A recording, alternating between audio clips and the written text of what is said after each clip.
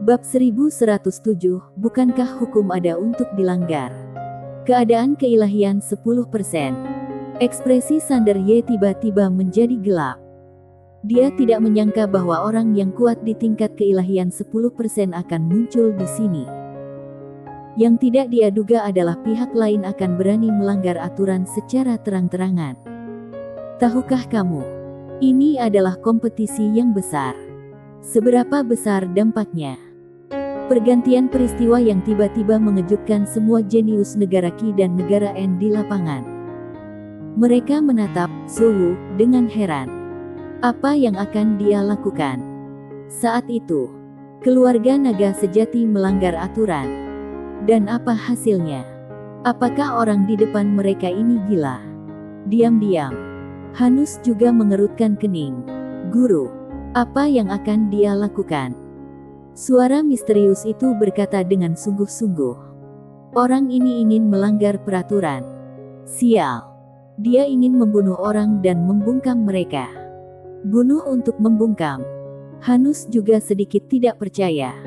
Apakah dia gila? Biarpun dia juga punya kartu truf, dia tidak pernah berani memikirkannya seperti ini. Kamu harus tahu bahwa orang-orang di sini bukanlah orang biasa. Dampak dari menghancurkan orang-orang ini sungguh sangat buruk. Suara misterius itu juga sedikit terkejut. Orang ini berani melakukan ini. Asalnya pasti tidak sederhana.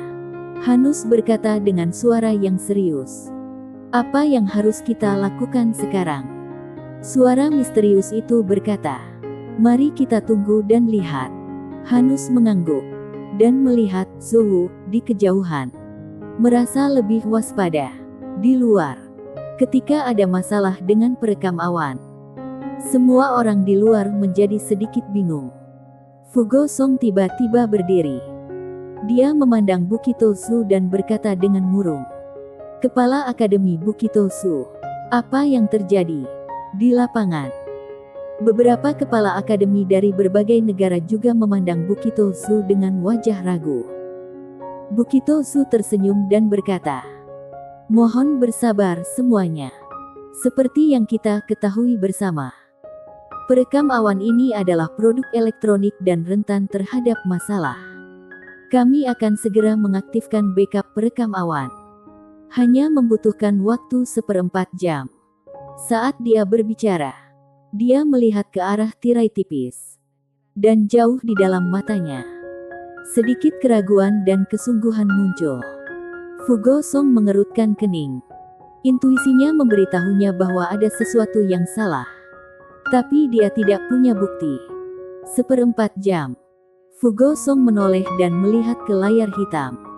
Merasa sedikit tidak nyaman di hatinya. Alis Yugi di samping juga mengerutkan kening dalam-dalam. Karena dia juga merasa ada yang tidak beres.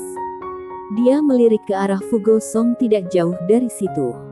Ada semua jenius dari negara Qi di dalam. Jadi seharusnya tidak ada masalah besar. Di medan perang khusus, Sander Y menatap Zhou di depannya dengan mata dingin. Apakah kamu memperlakukan hukum Guanxuan seolah-olah dia tidak ada? Zhou tiba-tiba tertawa. Hukum Guanxuan itu hanya merawat yang lemah. Lagi pula, bukankah hukum dimaksudkan untuk dilanggar? Sander Y sedikit menyipitkan matanya. Siapa kekuatan di belakangmu? Zhou menatap Sander Y dan menyeringai. Kamu tidak pantas mengetahuinya. Setelah mengatakan itu, dia tiba-tiba mengambil langkah ke depan. Dengan langkah ini, seperti ribuan gunung runtuh, kekuatan mengerikan menyapu Sander Y. Langkah pertama adalah langkah yang mematikan. Karena dia hanya punya waktu 1/4 jam. Dan dalam waktu 1/4 jam itu, dia harus membunuh semua orang di lapangan. Seberapa menakutkankah kekuatan orang kuat di ranah Shinto bagi orang-orang muda di lapangan ini? Jadi, ketika tren ini muncul, para jenius negara N dan negara Qi langsung putus asa. Menghadapi tren ini, mereka tidak punya ruang untuk menolak. Tapi saat ini, Sander Y tiba-tiba mengambil langkah ke depan. Dengan langkah ini, dia memegang pedang di tangan kanannya dan menusukkannya ke depannya. Bang! Dalam sekejap, jiwa pedang tatanan yang menakutkan menyapu seperti air pasang. Jiwa pedang tatanan. Jiwa pedang yang kuat menyapu, Zhou, seperti arus deras. Dan benar-benar menahan aura dan tekanan, Zhou. Melihat pemandangan ini, para jenius negara Qi dan negara N yang awalnya putus asa di lapangan diliputi rasa tidak percaya. Tentu saja mereka semakin senang karena ini memberi mereka harapan. Dan sedikit ketidakpercayaan muncul di mata Zhou. Bagaimana mungkin? Ranahnya lebih dari 10 tingkat lebih tinggi dari orang di depannya. Dapat dikatakan bahwa orang di depannya seperti semut baginya. Tetapi, saat ini, jiwa pedang lawan justru menahan tekanannya yang luar biasa. Benar-benar mustahil. Sander Ye sedang tidak enak badan saat ini. Biarpun dia menahan tekanan Zhou, wajahnya menjadi pucat dalam sekejap. Dan tubuh serta jiwanya tampak hancur. Dia tidak bisa bertahan lama. Saat ini, Kirana Ye, yang berada tidak jauh dari situ, tiba-tiba berkata, "Mari kita bekerja sama untuk membuka segel di sini dan keluar." Mendengar perkataan Kirana Ye, para jenius negara Qi dan negara N di lapangan langsung bereaksi. Mereka segera mengikuti Kirana Ye dan bergabung untuk menyerang ruang dan waktu tertentu. Berharap bisa bekerja sama untuk mendobrak ruang dan waktu di sini. Para jenius hebat bergabung. Dan kekuatannya masih sangat menakutkan. Ketika kekuatan mereka bersatu di satu tempat, ruang dan waktu di sana tiba-tiba bergetar hebat. Dan kemudian retakan muncul. Melihat pemandangan ini, jenius kedua negara itu sangat gembira. Dan mereka kembali beraksi bersama.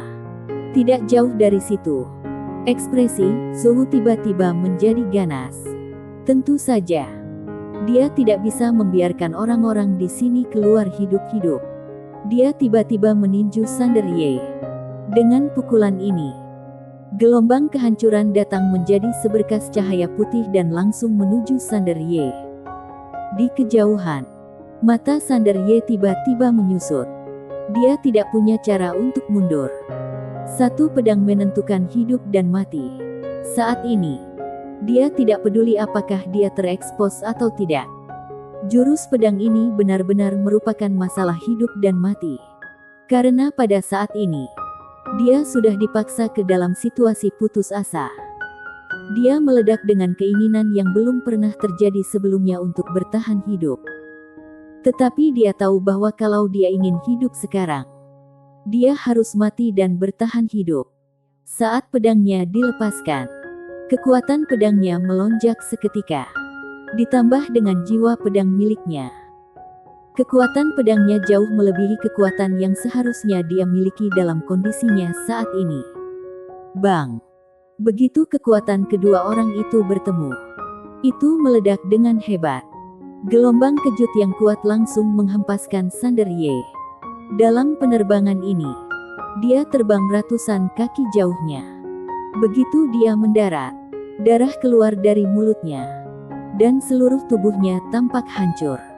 Saat ini, Sander Ye merasa pusing. Organ dalamnya rusak, jiwanya rusak, dan kesadarannya mulai kabur secara bertahap. Dia dengan cepat menggigit ujung lidahnya. Rasa sakit yang parah tiba-tiba membuatnya sadar dan kemudian melihat Zhou ke kejauhan.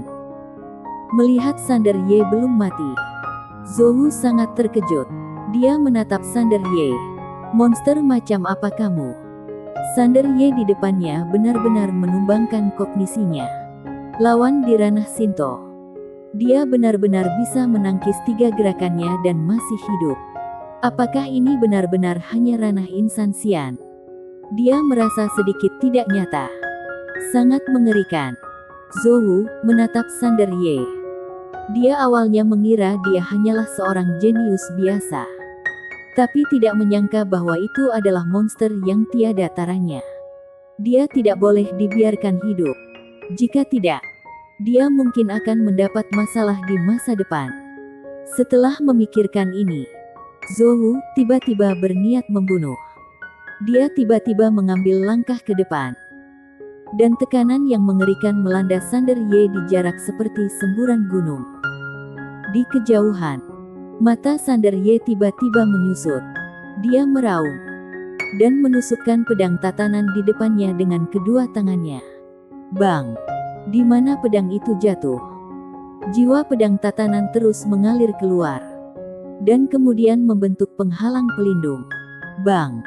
Saat tekanan datang, jiwa pedang tatanan Sander Ye tiba-tiba bergetar hebat. Lalu muncul retakan. Di saat yang sama, seteguk darah muncrat dari mulutnya. Kilatan keganasan melintas di mata Zhou. Dan dia hendak mengambil tindakan lagi. Pada saat ini, ledakan tiba-tiba datang dari angkasa tidak jauh. Zhou kaget. Tiba-tiba dia berbalik dan melihat ruang dan waktu tidak jauh darinya sudah retak. Kirana Ye dan yang lainnya sangat gembira dan dengan cepat terbang menuju celah ruang dan waktu. Lancang. Ekspresi Zhou tiba-tiba berubah. Dan dia hendak mengambil tindakan. Tetapi pada saat ini, tidak jauh dari sana, Sander Ye tiba-tiba meraung. Dan jiwa pedang tatanan melonjak, memaksa momentumnya kembali. Zhou sangat marah.